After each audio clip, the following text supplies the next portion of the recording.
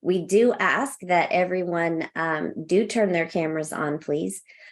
We understand once in a while there is a circumstance where it's preferable not to, but that should be the exception. And Rick always has his camera on, so please make sure that is the exception, not the rule, because we can't stay focused in general, right? If our cameras aren't on and we're not fully paying attention. So unless you have an extenuating circumstance, we do expect anytime you come to coaching of any kind that your cameras are on. All righty. Did everybody see the new mindset video that went out in the new training system? We talk about that. Yes. Puts a little different light on it when we realize the fiduciary obligation that we have, right? So look at all of these cameras coming on and people jumping in here. I love it, love it. We'll let everybody get in here. Jodi, I'm walking out of my daughter's school orientation. I'm going to turn my camera off and mute myself for just a minute, okay? Okay, but you'll be back on, right? I'll be back on. I just okay. Gotta get to my car. Okay. Okay. That's okay. All right. Love all the cameras on. Love everybody that's here. Let's see. We had 21 people sign up for this for the 6 weeks to assign contract so far. And 2 had extenuating circumstances where they're unable to do their lunch hour to attend. And so we have an alternate way for them to attend. And they have been reached out to. They will still be held accountable to the accountability for this challenge. So, all right. Okay, welcome everybody. Give just another minute as everybody's still coming on here. So who's ready to get a signed contract? Everybody? Yes, let's do it. I assume we're all in this to get business, right? Yes. Yes, we want to help people. And at the same time, we have bills to pay and things to do, right? Okay. Yeah. So we're going to do our mastermind a little bit different today. Not terribly different, but a little bit. Because what we're going to do is we're going to explain the challenge. We're going to talk about the expectations to participate in this challenge. We're going to talk about any concerns or limiting beliefs that you have around getting a contract in 6 weeks. So as I'm explaining things and as we're talking about it, I'm going to ask you, and I want you to be really vulnerable here about any limiting beliefs or concerns that you have. And we're going to mastermind around that. And I would appreciate a couple brave souls being honest and vulnerable, right? Because I guarantee you that there's more than one of you that is questioning if you can do this in 6 weeks. I'm almost certain, right? Okay. So, yay. Hey, Lori. Hi. Love to have you join us today. So I'm going to save my camera spiel for another couple of minutes because we still have lots of people coming on, and some of you have already heard it a couple times. So I am going to do one more reminder around that though. That's how important it is. Okay. We're also going to talk about excuse me? Somebody say something? Okay. We've got an echo going. Meldrin, I think it's yours. Okay, wait a minute. Let me mute. Okay, is it gone? I think so. All right. Okay. We're going to talk about the power around appointments and the power around having one every week, even if it's a practice appointment. Okay. And if time allowing, we're going to do an activity. And then I'm going to talk about some do's and don'ts, and then we're going to give you a challenge. So for the next 6 weeks, everyone who is here right now is expected to be here. Okay. You're actually expected to be here every week, even after that. But this is going to be really integral to the success of you being able to get a signed contract in 6 weeks. Okay. So One more reminder. If at all possible, cameras need to be on. I know we have a couple off because of an extenuating circumstance, and that's okay when it's the exception, but it should never be the rule, right? We can't fully be focused if our cameras are off, okay? And try as we may, we're just not, okay? And we want to make sure that you get the full benefit, all right? Okay. So here's how the challenge works. I sent out information on it, but we are going to really focus on appointments that are going to lead to contracts. Remember, Gary Keller says in the Shift book, time on task over time is what produces results. And how long do most of us spend doing any given activity before we stop? Until we get frustrated. There you go. That was a little bit of a trick question. And obviously I've asked it before, right? Most of us spend just enough time to waste our time. Because it's right about the time we start getting frustrated that we're not seeing results or things aren't moving as fast as we'd like them to, that we give up because we think it's not working. But guess what? It's pushing past that where the results start to come.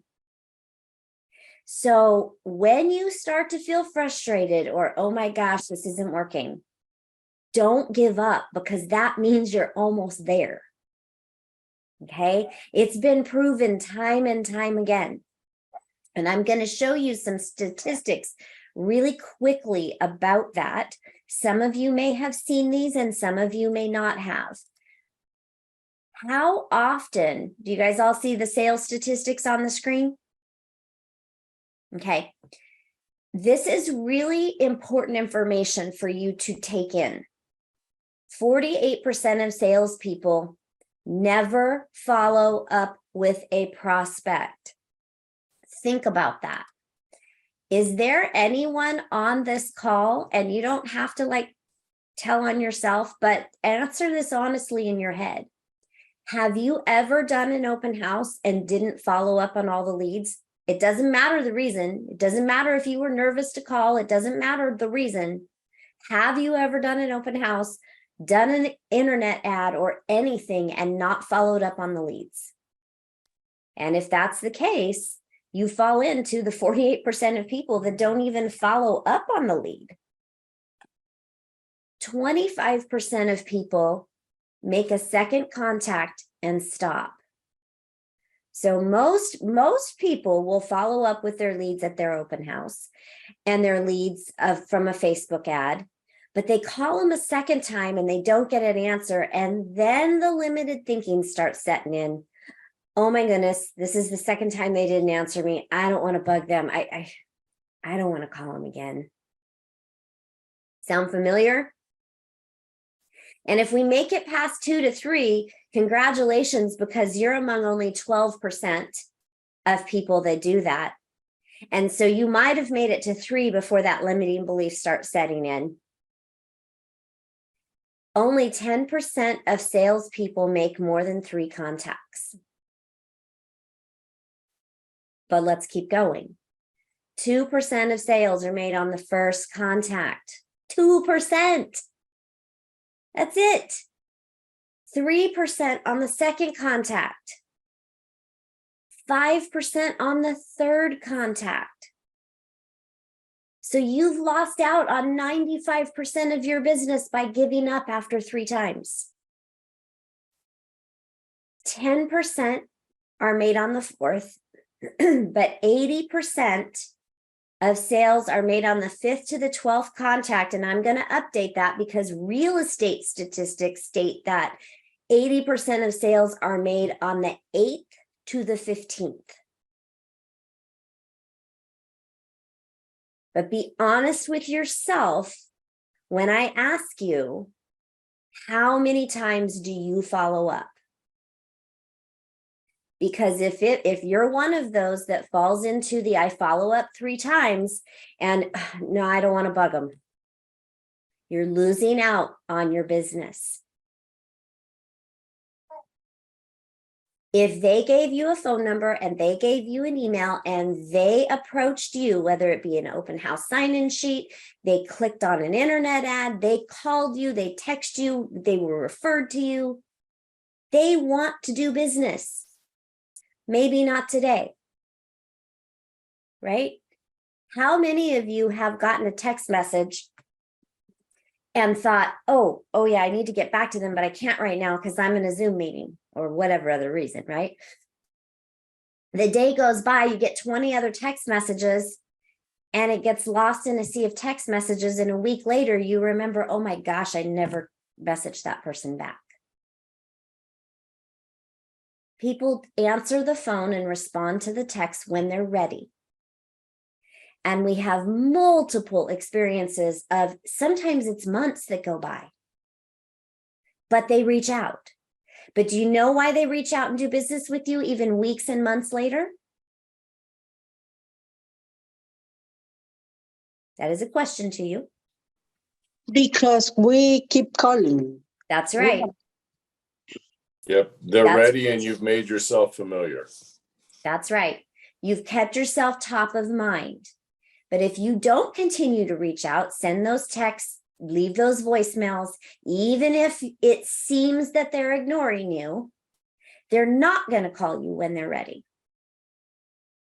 So you continue to reach out until you either get a hold of them, and then of course you go by that conversation with your continued follow-up, or they tell you to stop. If they don't tell you to stop, don't stop. If you want business. How many people are nervous about what we just talked about? Anyone a little nervous? I promise you, if you don't stop, it will work. Anybody here on this call, and please be honest for those that are nervous, how many of you have actually pushed through your discomfort, continued doing what we tell you to do, and it's worked? I know many of you have. Yeah, Ross is not raising his hand, but he's shaking Yeah, I his was head. gonna say, I do it all the time. I just keep calling. And even when they tell me not to call, I wait a week or two and then call to make sure they really meant it. Yeah. But it can be very uncomfortable at certain points, for sure. Yeah. But what is the definition of E to P? Going from entrepreneurial to purposeful. It's coming out of our comfort zone, which means we have to get comfortable with being uncomfortable. It's that simple. I promise you the key to success in this business is that simple. Now, is it easy to do what we're not comfortable with? No, I didn't say that was, right? But you have to push through and do it. There is not a choice if you want to be successful in this business. And that's just the cold hard truth, okay? Now I'm going to show you one more thing. We're going to pay attention to the bottom two things because part of this also talks about presentations. So the bottom two here, 80% of sales require 5 follow-up calls after the meeting. So even after, say, a buyer consultation, right? 44% of salespeople give up after 1 follow-up. So this is just more data from a different source talking about the same thing. Look at this next one. 91% of customers say they'd give referrals. Only 11% of salespeople ask for them. Let that sink in. Only 11% of people ask for a referral. I hear all the time, oh, Jodi, I don't want to be salesy. How in the world is it salesy just to ask if they know of anyone who's unsure about the real estate market that you may be able to alleviate some of their fears and help them become a homeowner and stop paying someone else's equity?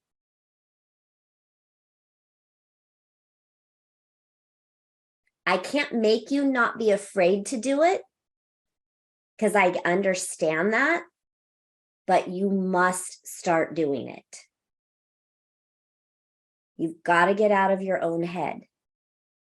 And if we can't get out of our own head and get rid of some of these limiting beliefs that we have that hold us back, you're not going to make it in this business, especially in the current market. Okay. And I'm not saying this to be Debbie Downer, right? And I'm not saying this to discourage anyone. I'm saying it because you have to get how important this is. This is not a business where we get a real estate license, we tell a couple people we're in real estate, and then we get scared and we don't talk to anybody about it. We become that secret agent whose license is ready for renewal in 4 years and we never closed a deal, or maybe we just did one with a friend because they gave it to us. Why did you spend all the money you spent to get in this business? You paid to take your test. You paid to join the board. You paid to join the MLS. You paid for your e-key. What other things have you paid for? Did you do it just to throw money out the window? You could have taken that couple $1,000 to $2,500, whatever it is, and lit it on fire.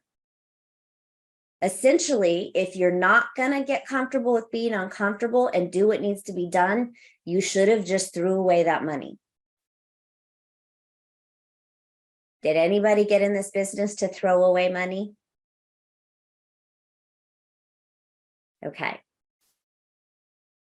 Let's move on now. I think we've hit the nail on the head. I think everybody gets it, right? So don't be afraid, please. I mean, I know I can't take the fear away. It's easier said than done to not be afraid, but push through that fear, because you know what? I saved something that I wanted to make sure I said to you. Fear is a reaction. Courage is a decision. It takes courage for some of us to make those calls. So make the decision to be courageous and build your business and help your people. Okay. Thoughts, questions, comments before we move on?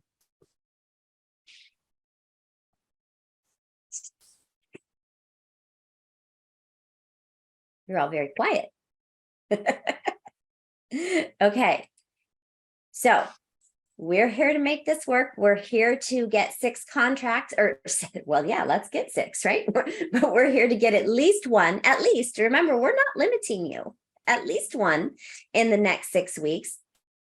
And so each week, as I mentioned, you'll be given a challenge that you're expected to complete. Okay.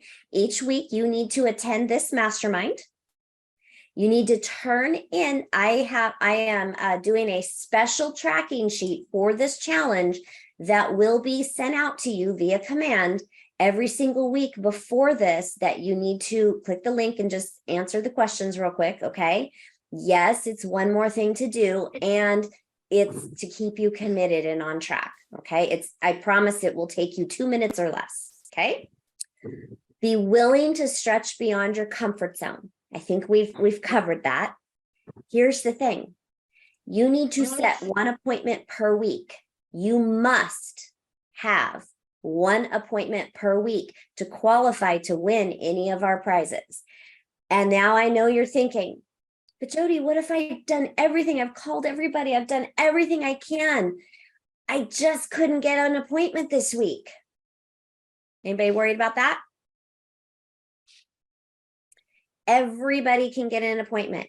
If by Tuesday, because this is going to go from Thursday to Thursday, right? So if by Tuesday you don't have a bona fide real estate appointment, meaning a buyer consultation or a listing appointment, then you need to call a friend or a family member, and you need to let them know that you are honing your real estate skills and that your coach has told you you have to have an appointment every week, even if it's a practice one. So you call a friend or a family member and you set an appointment for a buyer consultation or a listing appointment, and you do it just like you would if they were a real client. Okay? The more you practice and the more you focus, the more real appointments you will get, and you'll be comfortable going on those real appointments. Okay, so we're also going to be sending in that email that goes out a link to a feedback form, and you need to fill out that feedback form of how you feel you did in that appointment. Okay, we are doing everything possible to set you up for success. So, everybody still all in? Yes. Awesome. Okay. And remember, we're adding a little fun to this, and we don't have to, because the signed contract, I mean, the payoff should be payday, right? That's enough for most of us. And we're going to add a little spice to it. So for every signed contract, listing agreement or purchase agreement that you get in these next 6 weeks, we will reduce your PC cap by $100. Ooh. You're not limited as to how many, as long as they're legitimate, right? That's real money, right? So it's not like we're handing you the money, but it's less you're gonna pay. Because if we just say $100 off your next PC fee, that just makes it doesn't help, right? It might help in that transaction, but it's not really giving you money. And here's the kicker. Every single one of those agreements will be put into a drawing with your name on it for a $500 PC cap reduction. Worth playing for? Worth working for? Woo. Worth coming out of your comfort zone a little bit? Okay. So that is how this works. That's the expectation. We've got the appointment set, right? Here's something I want everyone to be aware of. And most of you know this, and I'm going to repeat it. Lead generation, this is integral to your business. And I know some of you are here on your lunch hour, and some of you can't join us from 9 to 11 at Daily Kickstart. By the way, those of you that are here on your lunch hour, thank you. And congratulations for really being all in your business. And as some of you are, don't be afraid to eat on this call. We want you here. If we were all in a training room at a lunch and learn, we'd be eating in front of each other, right? So that's not an excuse. Thank you, those of you that don't have your cameras off. Lead generation, number one thing to do. So be in Daily Kickstart every day that you are able to, if you don't have another job. Okay. If you do have another job, you need to put in your schedule lead generation. Okay. Fit it in where it needs to fit in, but it has to be done. You're not going to get business without it. Okay. And then once you start getting business and you get those contracts signed and you get into escrow, you don't take that off your calendar. You don't babysit your escrows during lead gen time. I promise you, the fires will still be there. The issues will still be there. Somebody else will also probably have handled it for you in the email chain if you just stick to your schedule. Almost guaranteed. And you didn't even have to stress about it. Okay. So let's hear any concerns that you have, limiting beliefs. Let's have a few minutes of masterminding around how we can overcome those.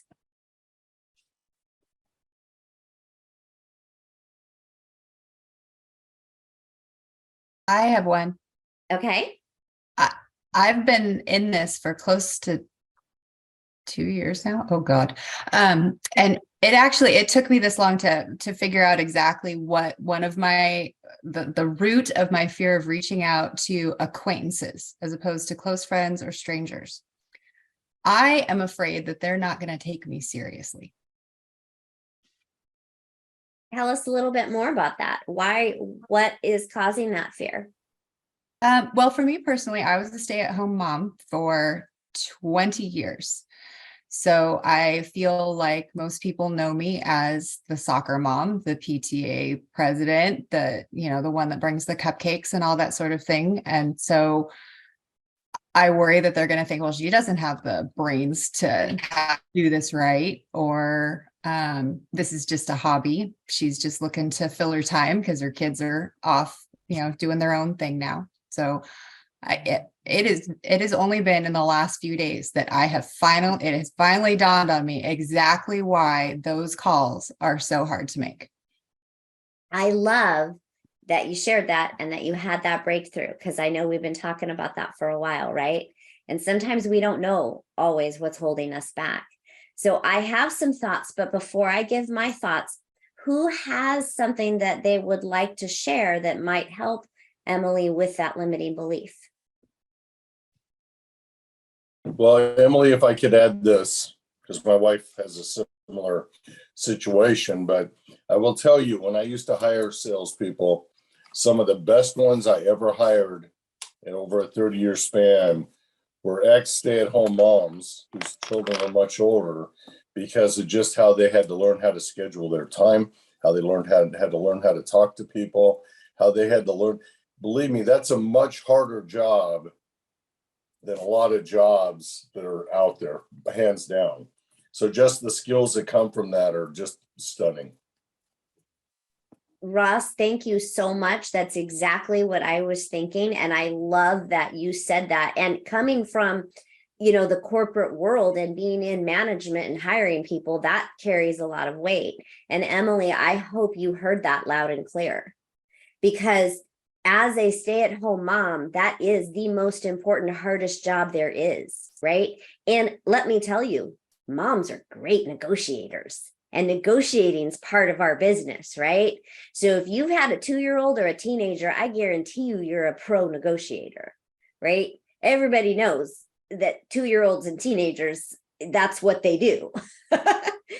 And so just something that you might say to people, I'm so excited. I have been a stay-at-home mom for X number of years because I wanted to be present with my children. And in that time, I've worked on ways to help myself. And now I'm super excited to kick off this amazing career and help other people now.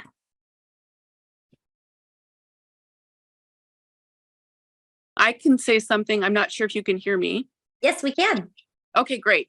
Sorry, my cell service is terrible here. Well, I just wanted to say to Emily, I had no idea that you've only been doing this for a few years, because your leadership in Daily Kickstart, when I've been with you, has been really encouraging. I watch you, as you keep your camera on and you're doing your calls. And so for me, that's inspiring. But I also love your sense of humor. And so I think that those parts of personhood are really important. And so I just wanted to offer that. Thank you, all of you very much. I really appreciate it. Awesome. I love that. Any other thoughts on that? Or does anyone else have a limiting belief that's been holding them back? Even if you haven't been able to put it to words, can you describe what's going on, and let's help you figure this out?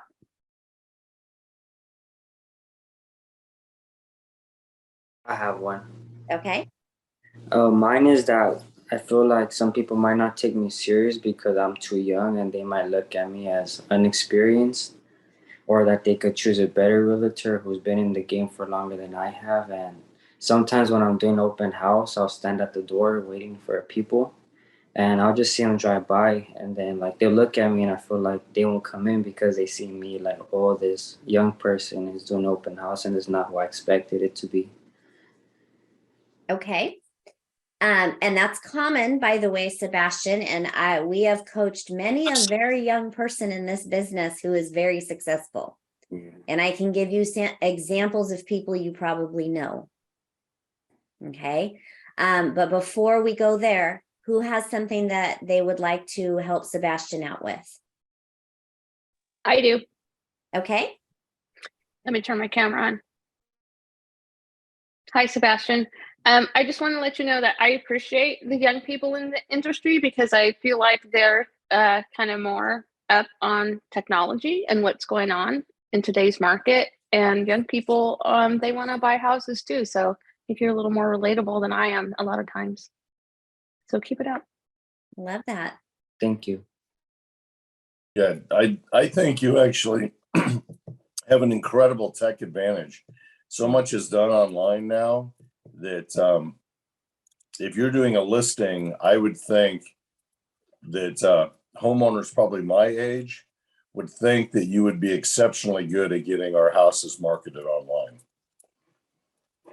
Where there might be a bias against someone my age thinking I'll fumble through it, where you will actually get it done. Yeah, thank you. I love that.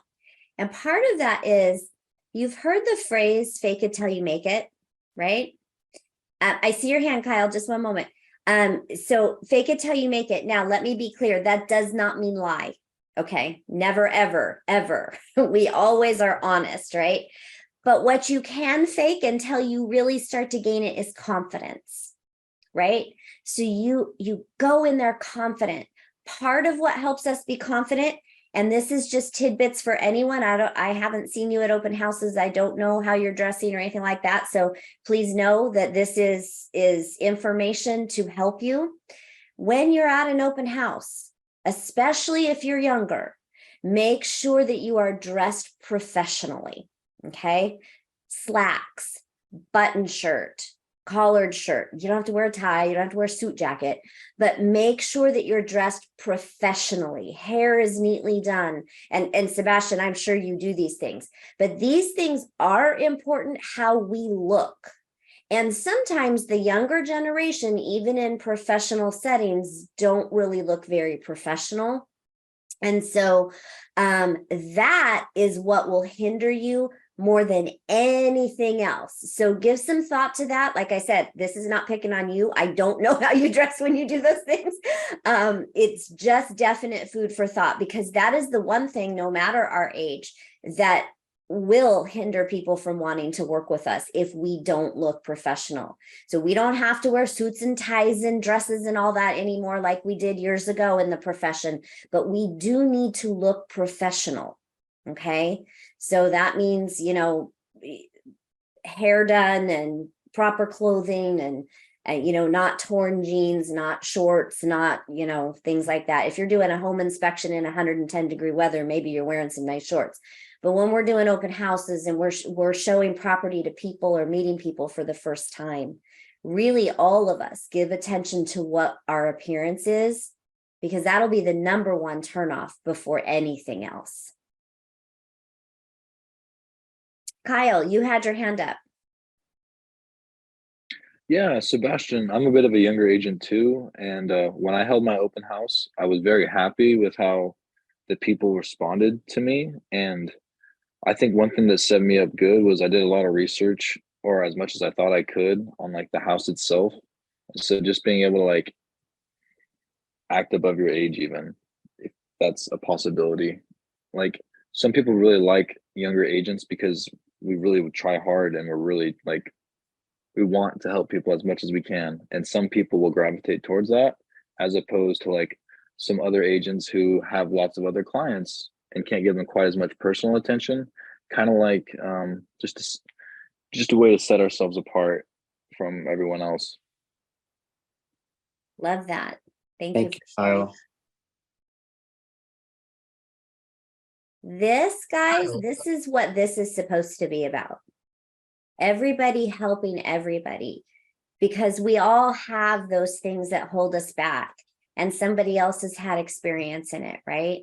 And I love when you guys talk and help, because the coaches can coach you on anything. We can sit and say these things, but it's kind of like when, remember being a kid and mom told you to do something 100 times and you didn't do it, but your best friend told you to do it and you did it right away.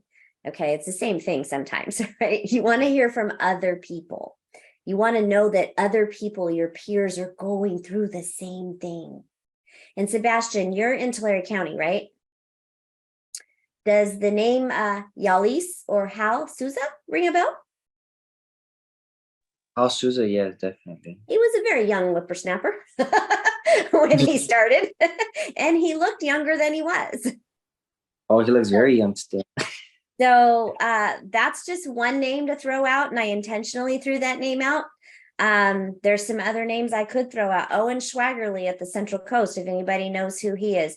Very young when he started, and he is doing absolutely amazing. If I thought longer, I could think of more. I wanted to throw out a couple names that I know somebody you guys would have heard of. Okay, they've been there, they've been in your shoes, they've felt your feelings, but they didn't let it stop them. Okay. All right, who has another one? Come on, I know you got them. I'll share something. Okay. So I actually wrote an offer Sunday night, and we've been in, we got a multiple counter offer, and my buyer was kind of hung up on the fact that, so it's an investor, and they have standard language for their counter offers, which is a whole list of things. One of which was they wanted the buyer to waive, I believe it's Q5 and Q6 on the RPA. And that just led to a lot of conversations with my buyer that, she had some concerns because she has also been a investor who has renovated property, but she's from LA. And so the requirements by the city in LA versus Ventura County are completely different. And, prior to calling my client, I sat down with my broker and like 5 other really experienced agents, and they had things that they had to look up. And I know we say this all the time, that in real estate, every transaction, there's something new to learn. But to see that modeled, well, I was kind of a little panicky, to be honest, about what I was going to say to my buyer, because she was really stuck on, if there's no certificate of occupancy, then I'm out. And I'm like, I just wasn't sure. And we've done a flip ourselves, and I don't recall if we had to get that or not. And so, just having, a couple of people in our office have to look it up and see, does the city of Ventura require a certificate of occupancy? Was just kind of clarifying to me that it's okay to, I think I was stuck on, is this something that is going to make me look like a new agent, or is it okay to admit I'm going to have to go check on that? So I think for me, just walking through that has been a process of learning how to communicate through things I don't fully know answers to. And, but yeah, I think I've also recognized my perfectionism in, what becomes a limiting belief. It's like, I have to know this information before I can talk to my client. So that's something I've been working on overcoming this week. I love that. And thank you for sharing. And guess what, Krista? I know you haven't been doing this very long. I've been doing this 26 years. Every day, still, I learn things I didn't know. Sometimes you guys will present us with a scenario and we're like, we've never come across that before. I got to figure that out. We don't know everything. No one does. No one ever will. This is an ever-changing business. So I love that you shared that, because that is a limiting belief that holds a lot of people back. I can't do this until I know more, until I know everything. And if you let that hold you back, you'll never have business, right?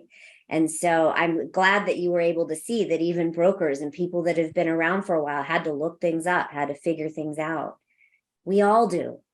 And guess what? You always will have to. That's why one of the 6 personal perspectives is to stay learning based. It wouldn't be one if it wasn't important, right? Thank you for sharing that. Who else has something? Yeah, I have some things that I would like to share. Okay. I'm pretty new, and I feel like I've been learning so much. I haven't been able to implement it quite yet, though. And so I've just been like trying to find the best places to put my energy instead of just like dispersing it everywhere. And I really think I know what I need to do, but I haven't quite gone out and door knocked to the full extent I wanted to. I've done it a couple times. I haven't made the calls as much as I wanted to. And so I feel like another thing that's also been a struggle for me is I'm a younger person. Most of my contacts are younger people. And so they're not quite ready to buy a home, but I got to start building those connections now for when they graduate college, get married, and are ready to buy. Mm-hmm. Also, a lot of my contacts are from where I'm originally from, which is 3 hours north. So it's also finding who to focus on, because as close as those people might be to me, they're farther away. So I'm kind of just like, how do I balance that too? Awesome. I love that you bring this up. I hear referral opportunity with the last thing that you mentioned, right? So our SMART plans, number one, are great ways to stay in front of people. So here's the thing. How many lead generation sources should you be focused on? So I've got a 2, I've got a 3. Yes, no more than 2 to 3. Okay, because here's what happens. If we focus on too many, then we'll never get good at any of them. And we never give enough time to any of them to really make things happen. So what is our number one lead generation source? Our sphere. Our sphere. So it doesn't matter how old they are, right? Because here's the thing. Your sphere, even if they're younger and maybe not quite ready to be in the housing market yet, they have parents, they have grandparents, they have aunts and uncles, right? So staying top of mind to your sphere is so important. Get contact information for their sphere who is in the housing market or would likely be. So don't limit it to just those closest to you. Because remember, your sphere of influence is anyone you know who knows who you are, not just our closest friends and family. So number one, first and foremost, is sphere. And don't focus on other things unless you've got that honed in command. Okay, that's number one. What's the number 2 best way to get new contacts and people who actually would be likely to do business? Open houses. Bingo. Open houses. That is the second best way to generate real estate leads. Okay, so knowing that, those should be your 2 main focuses. Okay, and then if you want to add one other thing in there, if your time allows, that's where you can either choose to door knock or circle call. What I never want to hear anyone say is cold call. Okay, cold call means we're calling somebody we don't know and we don't even have a reason to call them. We're just throwing out there that we're in real estate and hoping something sticks. That's not what works. Real estate is a business of building relationships, right? So we build relationships with people, especially people we don't know, by coming from contribution. So if we want to call, we need to be focused on what we're calling, right? Not just putting random numbers in a dialer, not just calling random people. Did a house in an area that you want to focus on just sell? Did it have multiple offers, right? Focus on calling around that and say, hi, this is Jodi with Keller Williams. I'll be very brief. I know you weren't expecting my call. I have a problem I'm trying to help one of my clients solve, or I'm trying to help someone solve, right? We just sold your neighbor's house at 123 Main Street. And while that's super exciting, it created a problem because we had 5 other families that wanted that house. So now there's more people that want to live in your neighborhood. Do you happen to know of anyone near you that's thinking of selling their home, or have you possibly thought about it? So see the difference between calling to help somebody else is why you're calling them versus calling to sell yourself to somebody you don't even know. Same thing with a house that's just listed. We just listed a house at your neighbor's house at 123 Main Street. And I'm calling because we have found that it's usually neighbors that know of people who want to move into the area. Do you happen to know of anyone? So those same types of scripts, or inviting to an open house, right, work for circle calling and they work for door knocking. So don't just choose random places for no reason or random numbers for no reason. Be focused on what you're doing and have a reason to call. Okay. So beyond that, so your spirit, open houses, and maybe one more thing, focused, not jumping all over the place. And if you're wanting to do, I did see your email. We haven't had time to answer it yet with everything about, I think it was you that sent the email about the Facebook ads. Okay. So first of all, I haven't looked into that new thing yet because it was just released.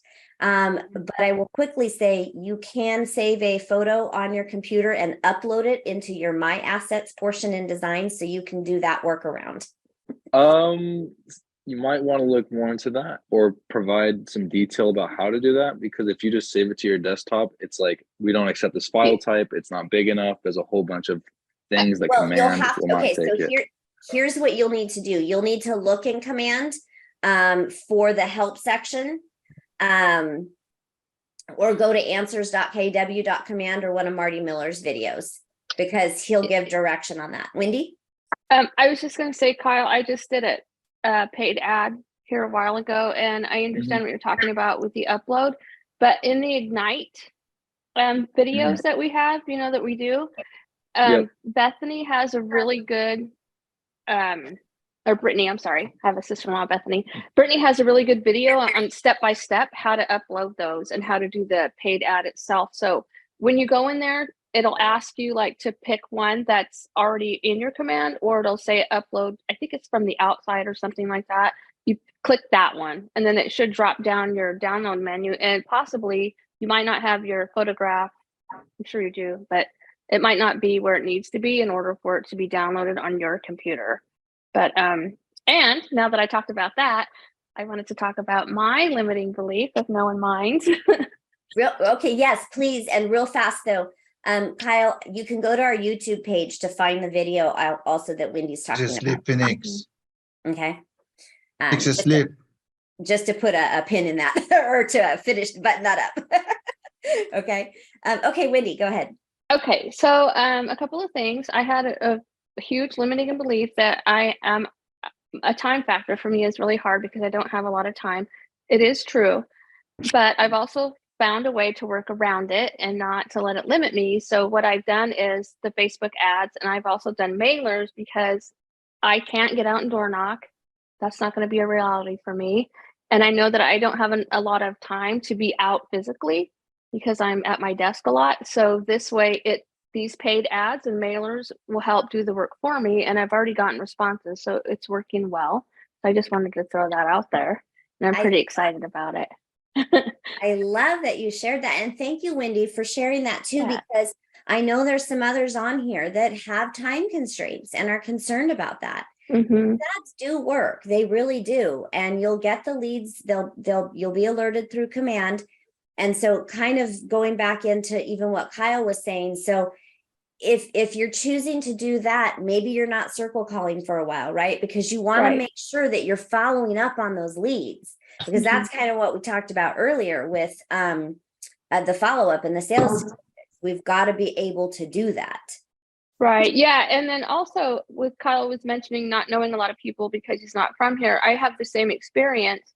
So I continue to have conversations with people that I work with, and I try to get to as many of the meetings that I can and try to do as many as the Zooms that I can. And it's helping for me to get to know people and just get numbers and reach out. That's the easiest way. That's it. I love it.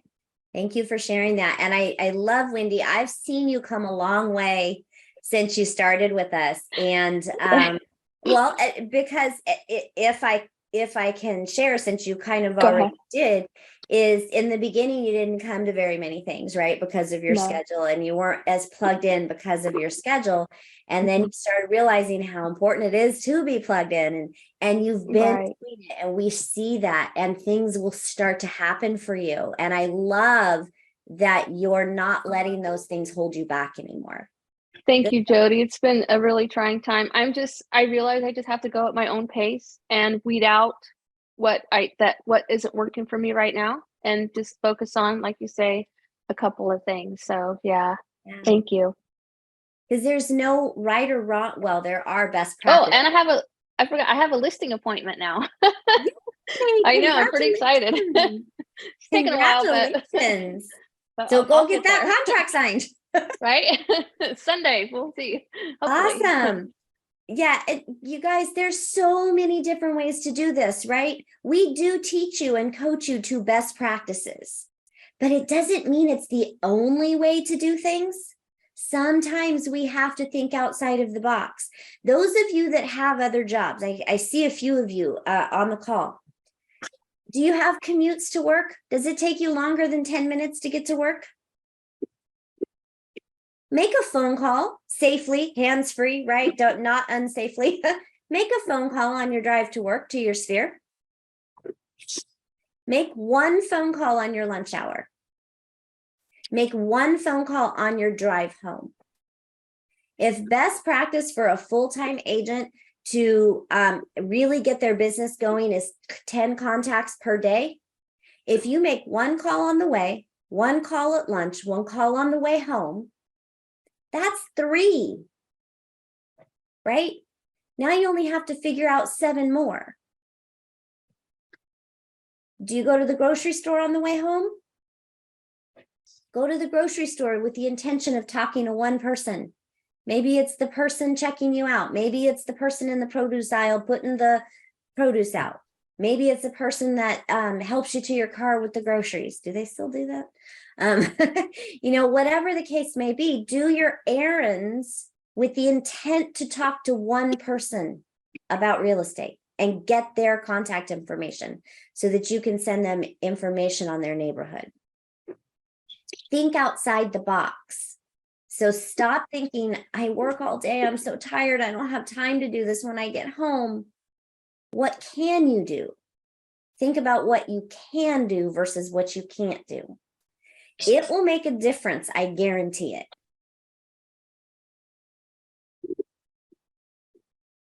All right. Well, our hour is whizzing by. You guys this is one of the best conversations we have had in a long time. We want to keep these going. This is what this is for. Okay, guys, if you have any struggles, any limiting beliefs that start creeping in, bring them here. Let us help you. Okay, let us collectively help you, because I guarantee somebody else has gone through what you're going through and maybe overcame it or is in the process of overcoming it and can help you. We as coaches sometimes have limiting beliefs. I promise you. I've shared with many of you. I'll share real quick and then we'll give you your challenge and let you go.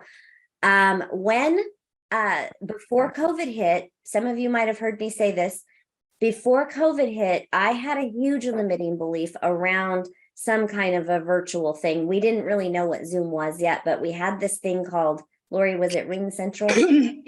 But it was very weird how it worked. I didn't really like it very well.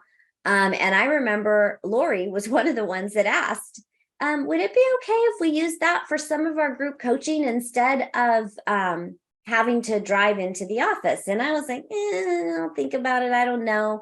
I had a limiting belief that if the agents didn't come into the office and be there in person, that they wouldn't be committed, that they wouldn't be engaged, and they wouldn't, move forward in their business. Well, guess what happened a few months later? COVID hit. Then we all learned about this Zoom thing. Then we were all forced to do this Zoom thing. Nobody could do anything in person. Guess what happened? We had just started an Ignite session live in person. We had one session. COVID hit. We pivoted. We went on to Zoom. And do you know that the agents were more engaged and more productive than they had been before? So lesson learned, Zoom is amazing. And so when I have people, and I've even had leadership in market centers say, oh, well, it's virtual. You guys aren't going to come in person. I don't accept that, right? Because look at us all here. Could we all be together in so many different places if we didn't have Zoom? Those of you that are here on your lunch hour, you can end this and be on time back to work, right? You don't have to drive to and from. That was a limiting belief I have that got knocked out, and boy, am I grateful for that. Ross? I was just going to back that up a little bit. I had a very similar experience. Before COVID, I was asked about virtual sales meetings, doing things virtually, and I said productivity is going to crash. And I was wrong. So sometimes you just have to be open to things you're just not expecting that can benefit you. Yep, absolutely. Absolutely. Okay. So here's the challenge for this week. And then I'm going to add a little bit to it. But so 1 appointment, whether it is real or practice, and fill out the evaluation form. Do your DTD4. You know where to find that. It's in the PC toolkit. So you're reaching out to your sphere. Okay. Here's your big part of the challenge. I want everyone this next week to Thursday, call 10 people that you have been hesitant to call. I don't care what the reason is. I want you to call 10 people that you have been hesitant to call. There is a coach in training on this call that has been given this challenge, and it has been quite successful. She knows who she is. And keeping a straight face. Call the people that you've been hesitant to call. I promise it won't hurt like you think it will, and you might even be really surprised in a good way. Okay, so 1 appointment, real or practice, with the evaluation form that will be sent to you. You can also find them. They are in the PC toolkit, by the way, the evaluation forms. DTD4, 10 people you've been hesitant to call. And then in the subsequent weeks, we will give you options, and you'll choose an option of what you want your challenge to be. But this week, that is your challenge. Okay? Everybody in? Yes. Yes. All right. Yes. Yes. Great conversation. Thank you so much. We will see each and every one of you back here next Thursday. Make sure that you are in the new training program that was sent to you. If you need the link resent, I saw one link was giving some people problems. Reach out, we'll resend it. Start in that one because it is much better. It's shorter. It's succinct. All the fluff is removed, as I like to call it. And if you have already watched Ignite videos for the other one, we have made it where you can bypass them. But just like the email said, the people of integrity that I know that you are, if you've not watched the video, I trust that you won't bypass it. Okay. You cannot bypass the activities because they are important to your progress in real estate. Okay. Kyle, did you have something? You know, you kind of answered my question because I watched most of the Ignite videos before, and then this new one dropped. So that's really awesome. You can pick and choose where you need like that instant help, especially once you already did it. And I also want to thank you for adding like quizzes and assignments because that's really going to help I learn better that way. And so thank you. It looks like a college course. It looks actually better than a college course. So I just wanted to tell you, yeah, no, it's honestly better than most college courses I took. So thank you. And there's a bunch of friends that I'm like trying to make agents, and I keep on telling them about how great of a job you do and how there's so many resources. So thank you again for even offering this. Well, thank you. And we're actually going to be working on version 2 that should be ready January 1st. It'll be even better. Similar, but better, just quality wise, video quality wise and such. Right now, we didn't want to wait, so we gave you what we had. But yeah, the quizzes and the assignments you will not be able to bypass, and that's intentional. All right, guys, go make it a productive week and have a great day. Thank you. Thanks, Jodi. Bye. Thank you, Rudy.